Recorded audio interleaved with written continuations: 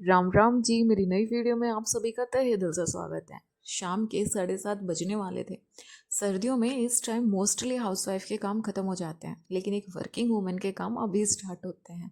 मैं ऑफिस से आ चुकी थी और आने के बाद मैंने सबसे पहले धोए थे कपड़े, क्योंकि वीकेंड पे जब मैं कपड़े धोती हूँ तो सर्दियों में बहुत ज़्यादा कपड़े हो जाते हैं और पूरा दिन मेरा कपड़े धोने में ही निकल जाता है। इसीलिए मैंने मिड वीक यानी बुधवार को कपड़े धोने स्टार्ट करे हैं और ये मेरे लिए काफ़ी यूज़फुल शुद्ध हुआ है।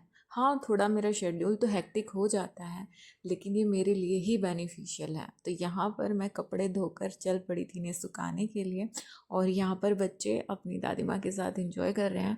और ये जो उतरती हुई ठंड है ना, मीठी मीठी ठंड, इसी में बहुत ज़्यादा ही सिक्योर रहने की ज़रूरत है। क्योंकि कहते हैं एक तो चढ़ती हुई ठंड सेकती है और एक उतरती हुई ठंड, क्योंकि इसी टाइम लापरवाही सबसे ज़्यादा होती है।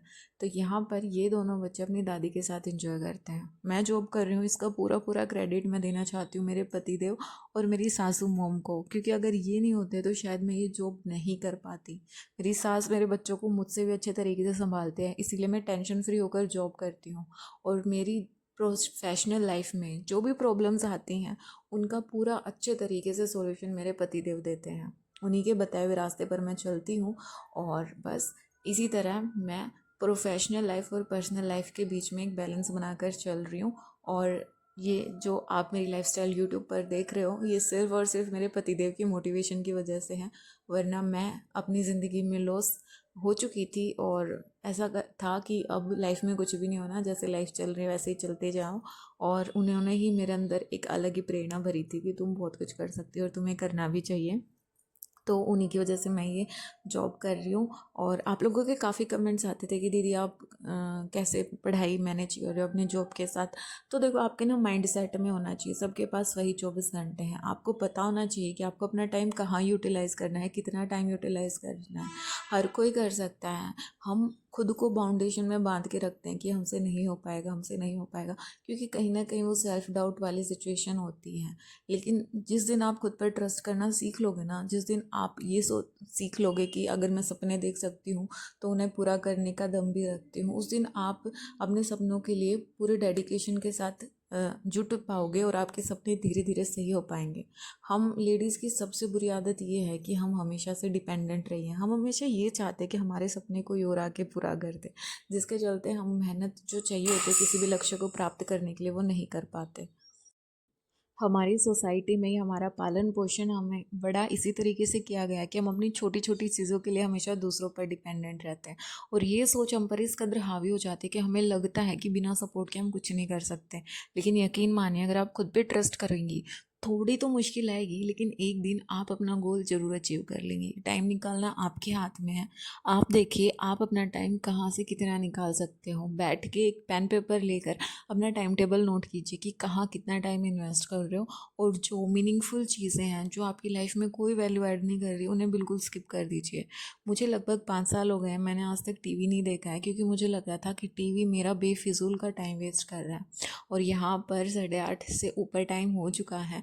इस टाइम तक हमारा डिनर वगैरह सब कंप्लीट हो चुका है। साथ साथ मैं बच्चों को इंस्ट्रक्शन दे रही थी ताकि वो अपनी पढ़ाई कंटिन्यू कर सकें, क्योंकि उसके चल रहे हैं यूनिट टेस्ट। और बेटी को मैंने सुला दिया था, और यहाँ पर मेरे नेक्स्ट डे की प्रिपरेशन भी स्टार्ट हो जाती है। अगर दिमाग में ये सॉर्ट आउट हो कि नेक्स्ट डे क्या पहनना है और चीज़ें टाइम पर जगह पर मिल जाए, तो आप बहुत ज़्यादा टाइम बचा लेती हैं।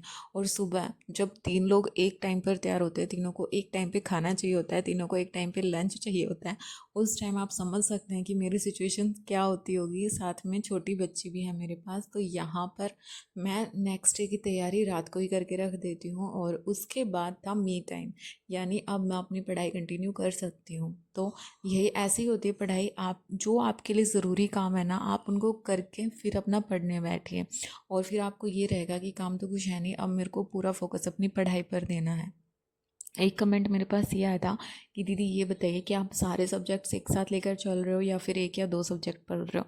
तो देखो, मेरे पास इतना टाइम नहीं है कि मैं सब सब्जेक्ट को इक्वल टाइम दे पाऊँ। मेरी स्ट्रैटेजी ये है कि जिन सब्जेक्ट्स में मैं वीक हूँ, या फिर मुझे ऐसा लगता है कि ये सब्जेक्ट्स मेरा काफ़ी ज़्यादा टाइम कंज्यूम करने वाले हैं, तो मैं सबसे पहले कवर करने की सोच रही हूँ इंडिया जीके और मैथ्स, क्योंकि इंडिया जीके का सिलेबस ऑलरेडी इतना वाइड है और मेरे को प्रॉपर टाइमिंग चाहिए होगी इसे रिवाइज करने के लिए भी।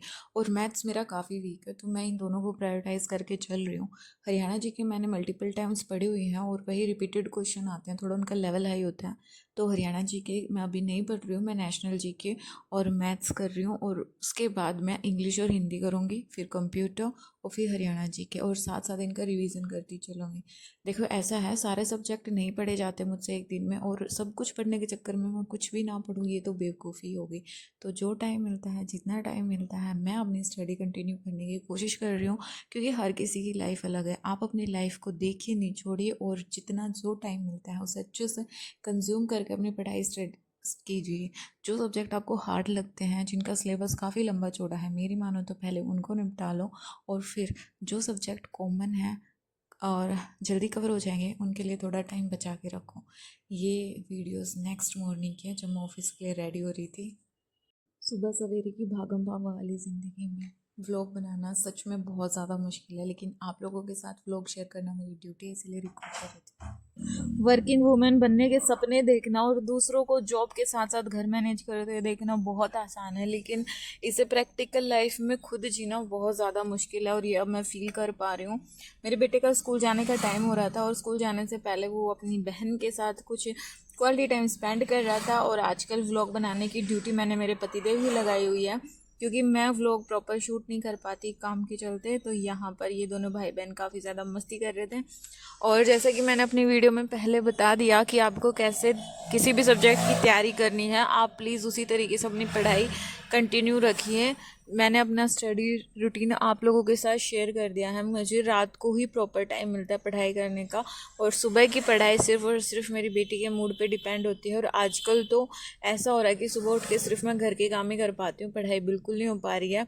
और अभी ये मुद्दा चल रहा है कि सीईटी अप्रैल या मई में होना संभावित है, और हरियाणा सरकार का कोई भरोसा नहीं है कब कौन सा एग्ज़ाम कंडक्ट करा दे। तो अगर आपने अभी तक पढ़ना स्टार्ट नहीं करा है, तो प्लीज़ अपनी पढ़ाई अभी से स्टार्ट कर दीजिए, क्योंकि इस बार का सीईटी बहुत ज़्यादा स्पेशल होने वाला है।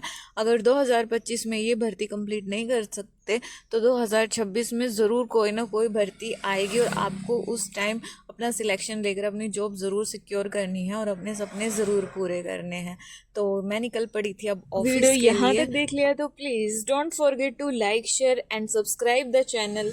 मिलती हूँ आपसे नेक्स्ट वीडियो में, और अगर आपके कोई भी डाउट्स हो तो प्लीज़ मुझसे कमेंट सेक्शन में आप पूछ सकते हो। मिलती हूँ आपसे नेक्स्ट वीडियो में, तब तक के लिए जय बाबा।